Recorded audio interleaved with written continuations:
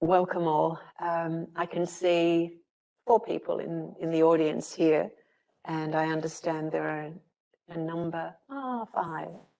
There are a number joining us online.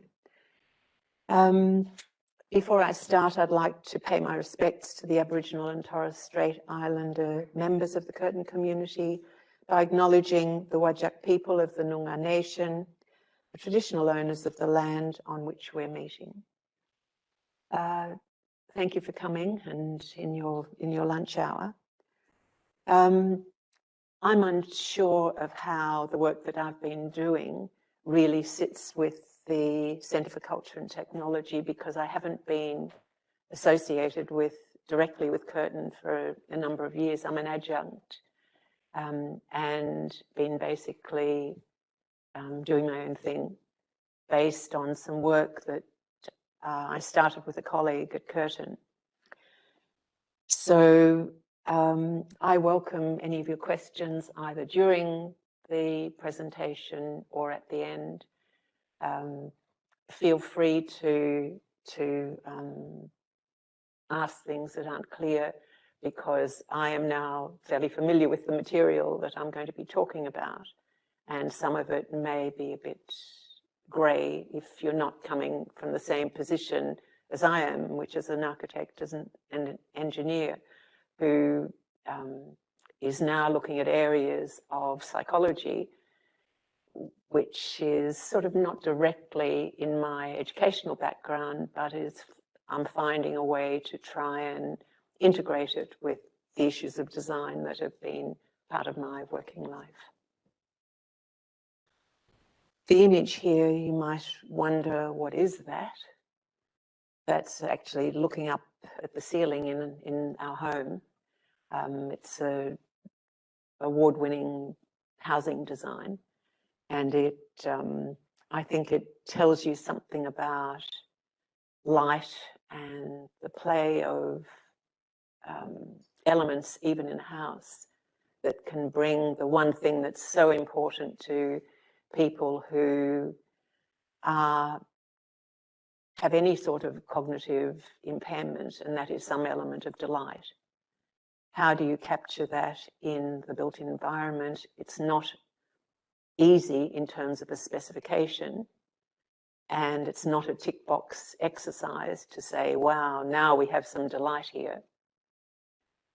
So let me take you on a path through these intangible issues of design that I think are, and the research shows us, are so important for quality of life.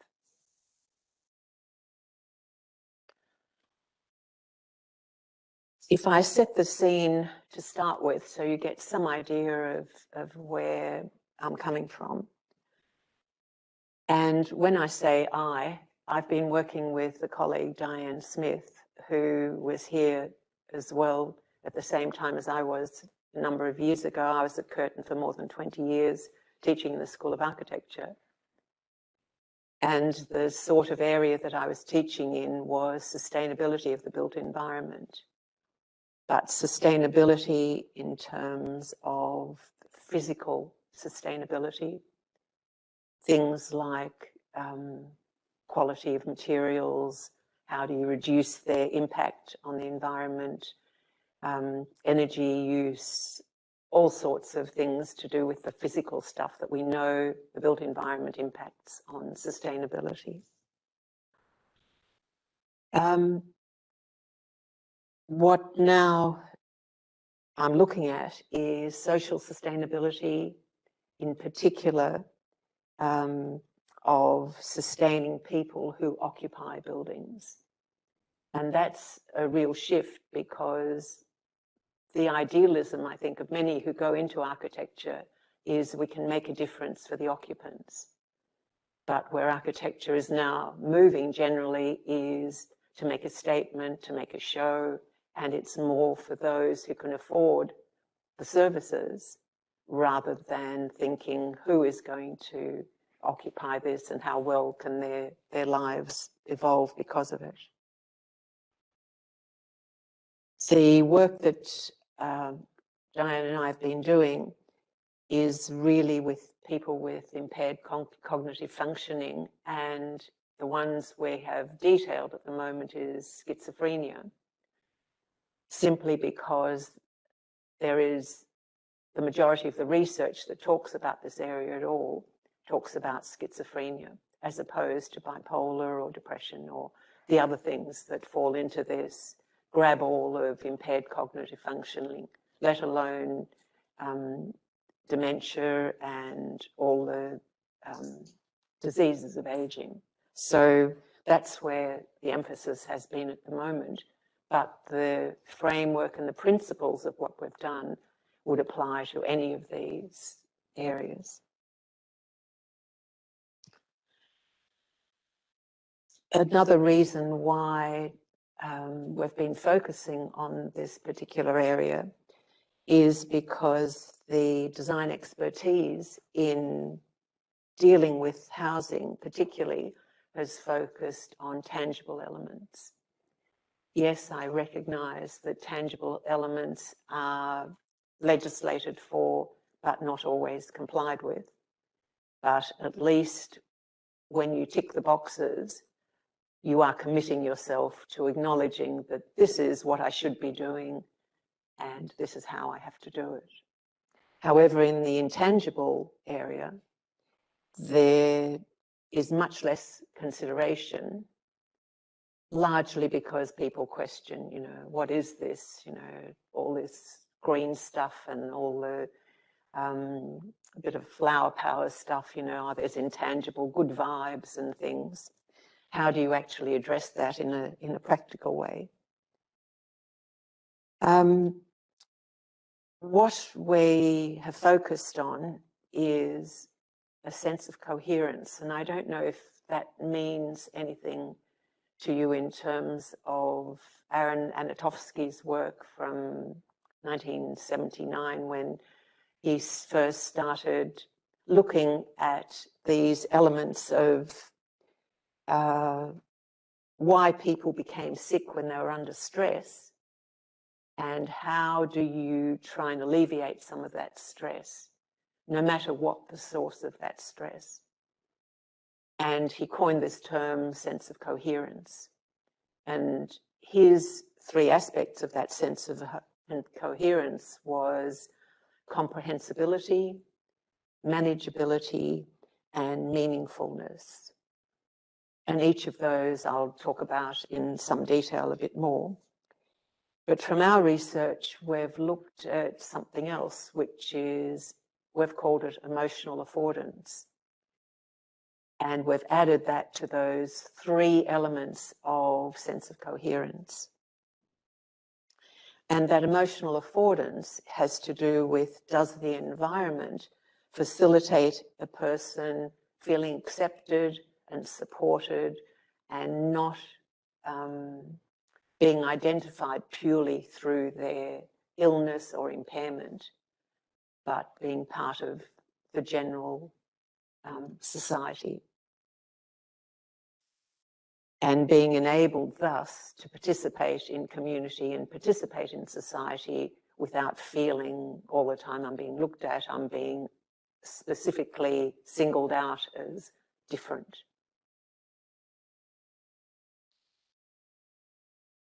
Because there's now so much money being poured into the construction of houses, and the money is being given to innocents, what I call innocents in the building industry, they don't know what to ask for, they don't know where to ask for it, and they don't know what they're entitled to expect from something that is supposed to improve their well-being.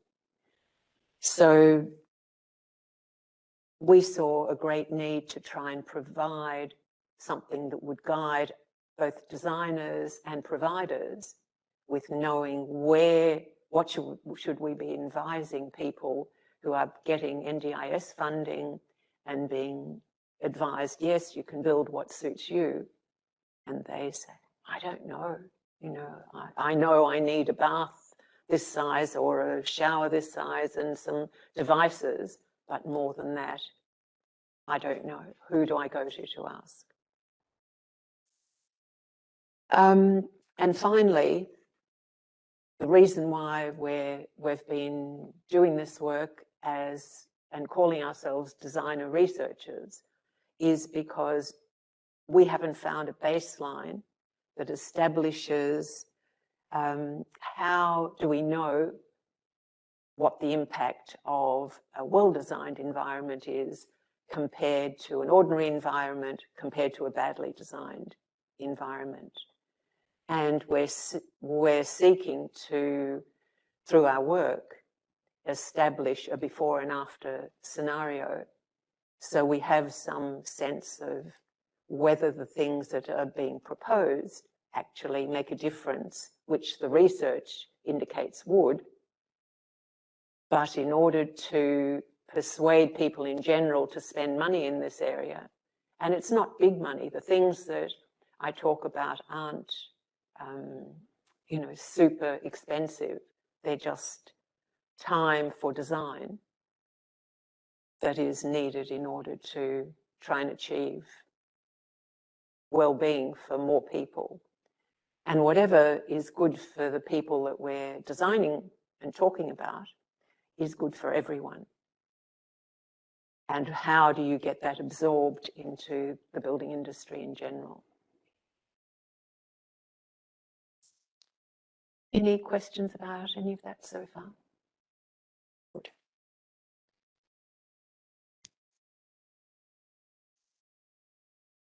So the work that was started here at Curtin, we worked with Rise Network, a community provider, support provider, who actually came to us and said, we have more than 100 homes and we have people with various impaired cognitive functioning, and we're finding that we get a lot of damage in these houses. We want to know what we should be doing if we want to both improve the sort of accommodation that we have, and as a spin-off, be able to have fewer people coming in to help the service providers. Maybe if we do this better, we can reduce the number of hours we need from our service providers. So that set us off thinking. This was in 2014-15, where we started looking at, what does the research tell us, what's been happening to date, where do you find this information, is there clear research that has pursued this? And so we did a literature review and published a paper on that to say, well, this is where things are at the moment. We also then carried out an audit of 10 of their existing properties, a full audit of the buildings, looking at everything physical that was there. And one of the aspects of research in this area that became evident right from that time was the difficulty of having access both to people and properties who are inhabited by people with impaired cognitive functioning, because anything out of the ordinary immediately is a stressor. And so few people were willing even to have researchers come in and just look at the house without even telling them and record details of the house. So it's an area that is quite difficult to research simply because of that factor.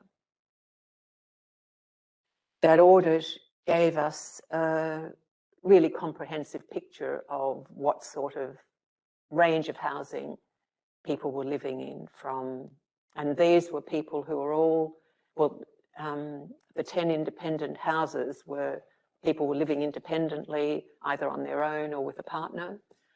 We did one group home where there were 3 wings to this group home, but people there were very badly affected, and the only way we could talk to them was not through ordinary interviews, but with pictures and diagrams and having some sense of what they were experiencing.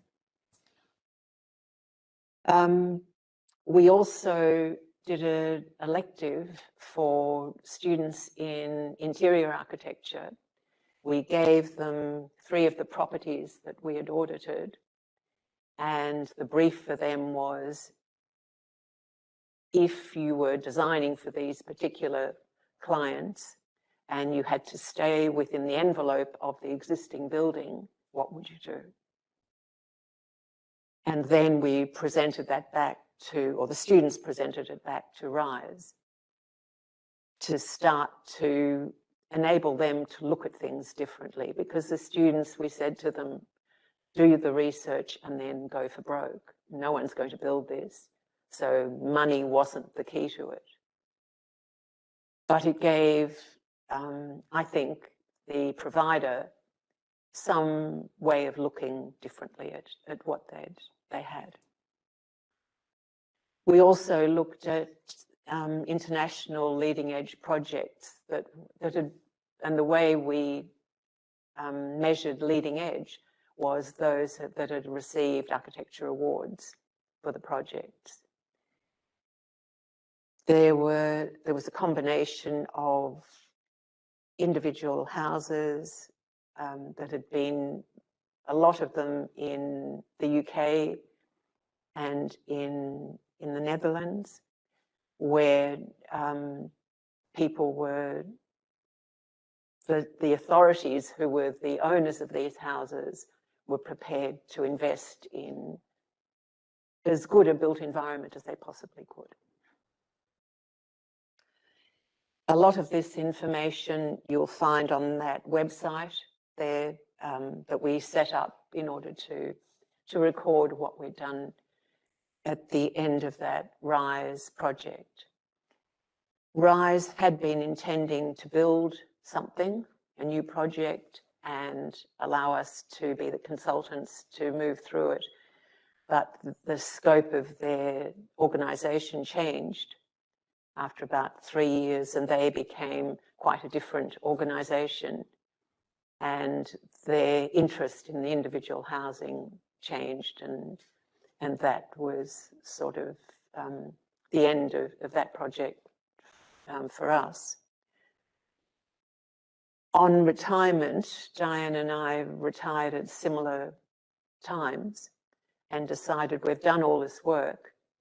Let's see where we can, whether we can still achieve the end of testing what we'd come up with to see whether there was something in it. I'm most uncomfortable with leaving a lot of work unfinished. You know, I like to have a ribbon tied around it. Yes, I've done what I could with this bit of work, and then I can move on, but at the moment, still not quite there yet. So Diane and I have been working since retirement, about 3 years now, on trying to develop into a usable form all of the research that we've done. And we're nearly ready to present this as a sort of what we're calling a practice document.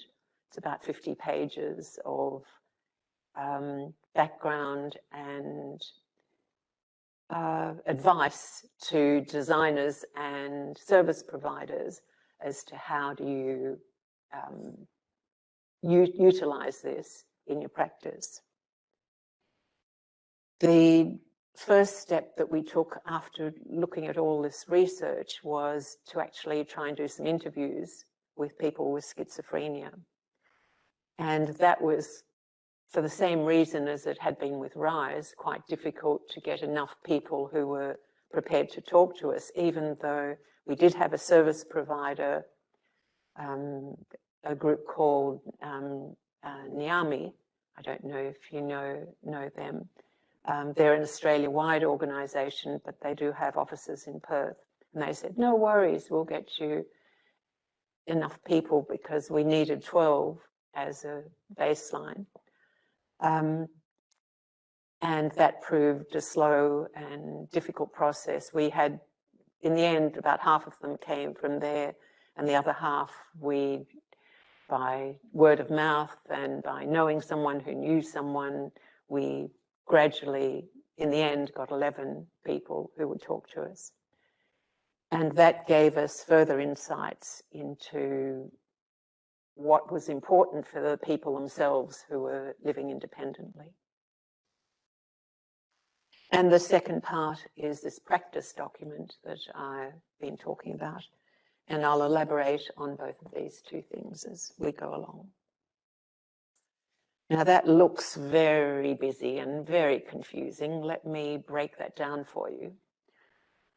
From the interviews, we analysed two areas where people were clearly talking about the building, the built form, which you can see there as home, the centre there, and talking about how they felt, the person.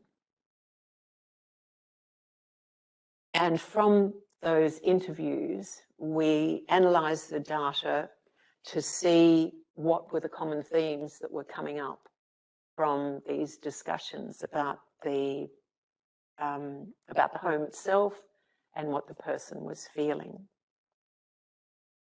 The colour coding there relates to that sense of coherence that I mentioned right at the start. How do those things that people were talking about relate to the four aspects of sense of coherence: the comprehension, the manageability, the meaningfulness, and the emotional affordance, that you can see there at the bottom, the legend there at the bottom of those charts. It's interesting that each of those in some way made an appearance in these comments from the interviews. The primary ring around the particular element were the themes that came up most strongly. The bubbles around, in lighter colour, around both of the circles were the secondary themes that related to that primary theme.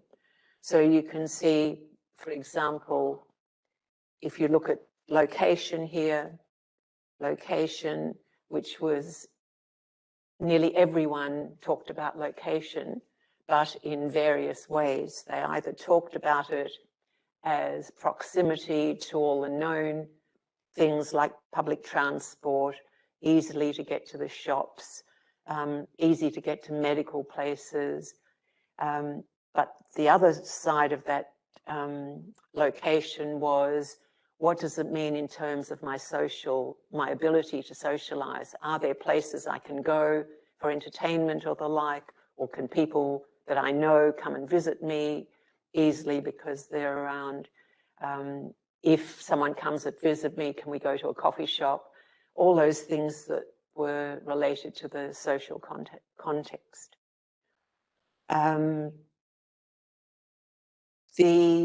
A really important one that came up was to do with what we called changeability and the lack of control of whether you were going to live in a rented accommodation or you were in a position to own anything. Some of these people owned their own home, and they had a very different attitude to the physical environment because they were able to do what they wanted, what they thought they wanted anyway. Many of them who were renting either from an agency, some had previously rented privately, and each of them talked about the stress of being in that rental market and not knowing what the future holds. And most of them who had episodic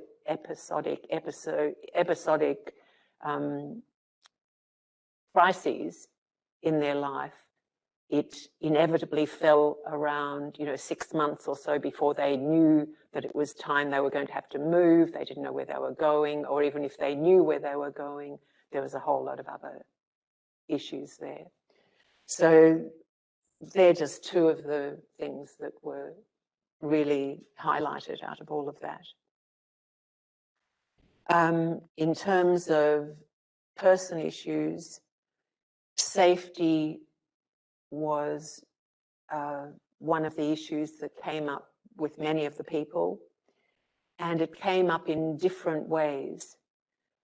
Some of them, it was this sense of safety. They're not really in danger, but do I feel safe? And what is it that makes me feel unsafe? If there are shadows or there are tight entrances to something, there's these feelings of safety rather than anything actual.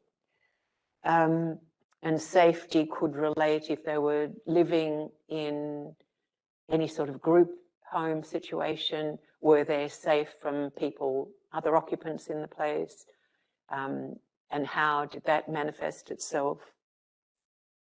Some talked about having a safe space even in the home itself.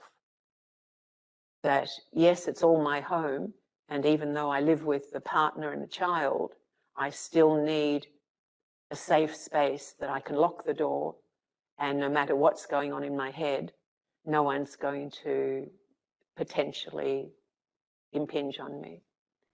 And so there were different aspects of those things that came out.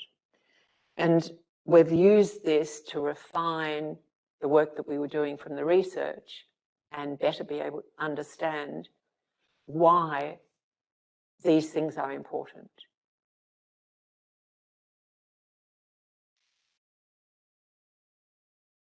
There were 4 major things that came out of those interviews, which were above and beyond what we already had gathered.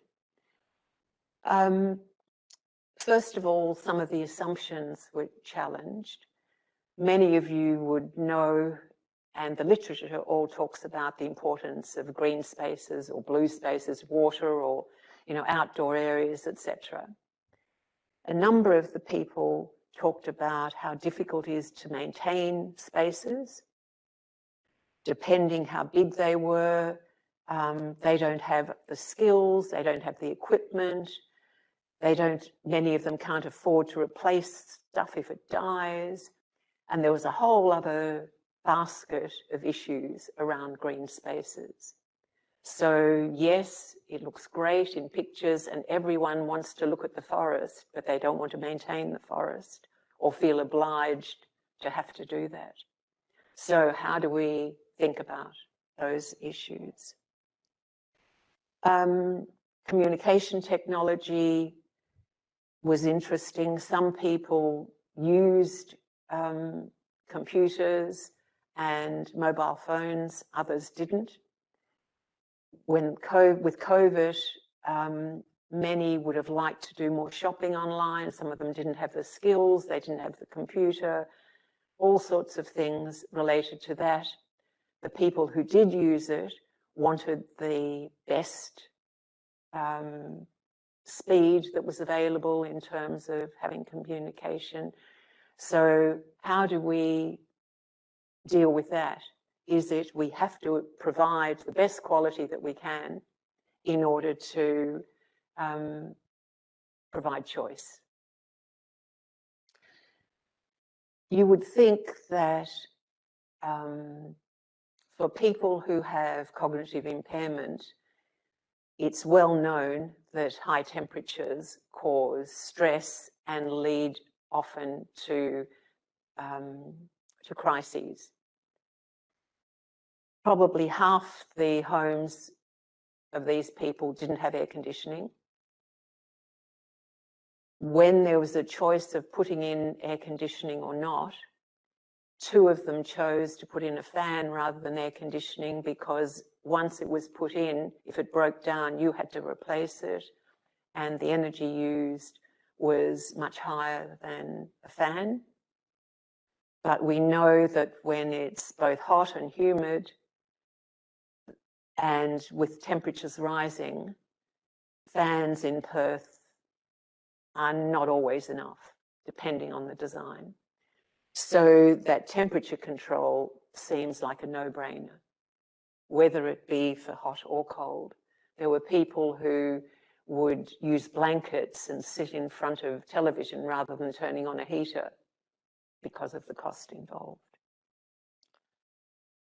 The knowledge developed, this importance of location in all of those things I mentioned, and adding in particularly those the ability to socialize and to be able to walk to an area that was nice in terms of the streetscape, having nice trees around, all the things that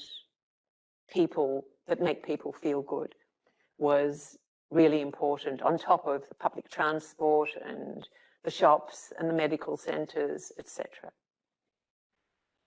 And safety and security, again, the different ways people viewed that. There was one lady who had an apartment on the 3rd level, and she said it was so fantastic because there was a lock on the front door at ground level, and she said she felt so safe because she was on the 3rd floor and she was happy sitting on her balcony, etc. Others who were on higher levels, there was a couple of males who were on a 1st floor level, and they talked about they had enclosed their balcony because they were concerned about people being able to get in. So, you know, all these issues of safety and security, how do you consider all of those? The new considerations, just how sensitive people were to mess and untidiness, particularly when they're having an episode. If there's anything lying around, whether it be a piece of paper, a bit of dust, bottles out of order, they can create all sorts of dramas for the individual. So that made us think about how do we design storage that is appropriate for particular situations. There was one lady who had in the kitchen, all of her bottles and jars that were ever used, you know, they were all out. And she said, that's how I like it. But when I'm having an episode, I can't stand it. But I haven't got the wherewithal to put it all away. And so she said, if I try, I make such a mess, I stuff everything in everywhere. And then, you know, I'm so frustrated because I don't know where I put things. And so there are issues going on there. Can design touch on that and somehow improve? Running costs, I've already mentioned. Running costs, not just for heating and cooling. People talked about, in one premise, they weren't allowed to wash their car on the premises, which meant they had to take the car to an auto wash. And they said they don't do it because of the money. You know, so then the car is really dirty and then everyone comments on their dirty car. And so there's a bit of a vicious circle in there. Another talked about replacing plants when they die and how upset it made them seeing this hole where this plant had been and it died, and they can't afford to, you know, to put something back in the place. And an interesting one was sensory issues. People are particularly sensitive to noise. Anyone with cognitive impairment is very sensitive to noise. But we discovered it seems that a lot of people with schizophrenia lose their sense of smell. And that means they're not aware if they smell and they're not aware if something's burning. So how do you start thinking about those sorts of issues? The insights, I've mentioned already the stress of uncertain housing tenure. But the other part of that was, in public housing even, people were incredibly reluctant to ask anything of the landlord. So they would allow things to not be repaired for one person had been there for 22 years, and the kitchen cupboards, all the laminate was coming off, etc. He had house inspections every year. They always said how beautifully he kept the place. No one said, we've really got to replace these kitchen cupboards. You know, they're so daggy and they've really, you know, they shouldn't remain there. Another talked about when she'd moved into this premise, the wardrobe doors had been taken off for some reason by a previous tenant. And she said how difficult she found that in bed, looking at all the stuff because there weren't any wardrobe doors. Why you wouldn't ask the landlord to say, can you put the wardrobe doors back on? But these people are incredibly concerned about, if I ask, maybe they'll want me to leave. So how do you negotiate all that? And what is the maintenance program and maintenance mentality of these organisations to make sure whatever you're doing, you do it to this standard, not down here to the minimum that, you know, I can get away with. So that was a really important one. And the other one about hoarding and collecting. 4 of the people were, I would say, hoarders. They were collecting. They would have stacks of books that were actually in layers. They had started with bookshelves. They were all full. Then they had another row coming up and another row coming up. And they'd look at this and say, I can hardly get in here, you know, but I can't part with all these. And they get them at op shops or they buy them online. The price was so good and I'm so interested in this. And these often quite small homes were becoming so filled with stuff, you know, all neatly stacked, but, you know, you couldn't move eventually. So how do you think about those issues? Let me go on to the other area that we've been working in. And this is a practice document where we've developed a framework which wraps around the person. You would notice this, well, let me explain. There are 3 main issues. There are guiding parameters, design considerations, and the proposed overall impact on well-being. And you'll notice that all the design stuff is these 3 columns.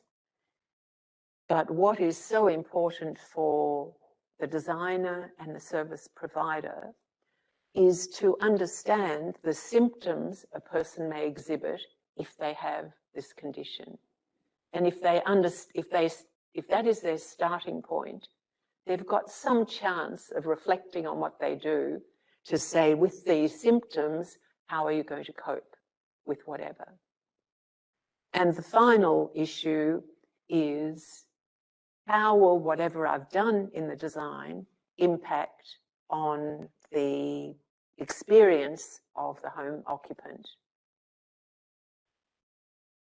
In this designing principles is where we elaborate on the 4 aspects of sense of coherence, those 4 principles of comprehension, manageability, meaningfulness, and emotional affordance. And they form the driver for what we do in terms of design intentions, which we think as the broad brush of performance requirements for the design.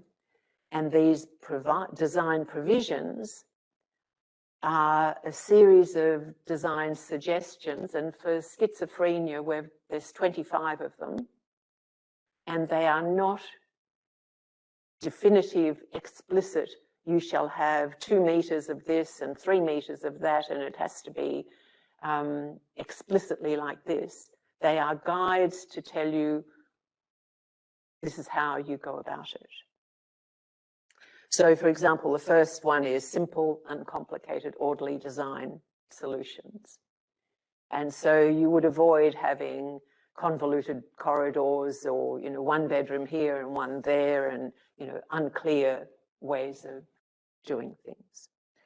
So that's a generic framework that we believe could be used with any sort of impaired cognitive functioning. We have developed this for schizophrenia so that it's now inhabited, if you like, with a whole series of particularly design provisions and a commentary on what they mean. How do you go about addressing those design provisions?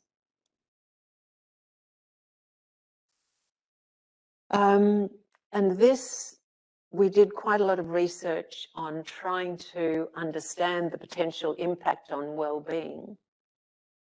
What does that look like in explicit terms, rather than just well-being, which has a number of definitions, but so difficult for a designer to get their head around.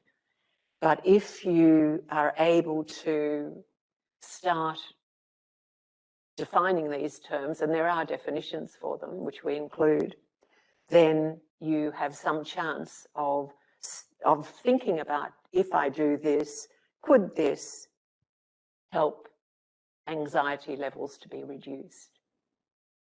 And you can see this is a summary, if you like, of, in our scheme of things for schizophrenia, how each of these 21 potential impact on well-being of residents with schizophrenia, how many of these fall into those 4 areas of sense of coherence. Each of these, there are more details specifically of which of the design provisions address each of these different issues in terms of improving things. I think it's interesting to note there are 5 areas where all of those sense of coherence come into play. So you can see anxiety levels reduced. In order to do that, you need to address in some way each of those 4 areas of sense of coherence. Also for cognitive energy levels, somewhat replenished, depression level reduced, and sense of independence and sense of personal dignity. So in those 5 areas, each of those aspects of a sense of coherence come into play. This is really hard, I think, for you to grasp in one sitting, but what I'd like to transmit, if you like, is that we have developed a system of how you can look at the person and the environment and see where that interplay is happening.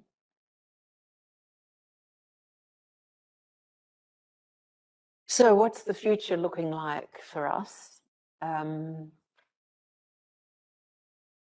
Because we now have a document that we believe is usable, we want to engage with a service provider or a builder or government agency, someone who is prepared to go through on the journey with us in terms of looking at people before they move into the proposed future accommodation, be able to assess how they are in our terms, in terms of what they're feeling about the built environment, going through the process of actually designing and building something.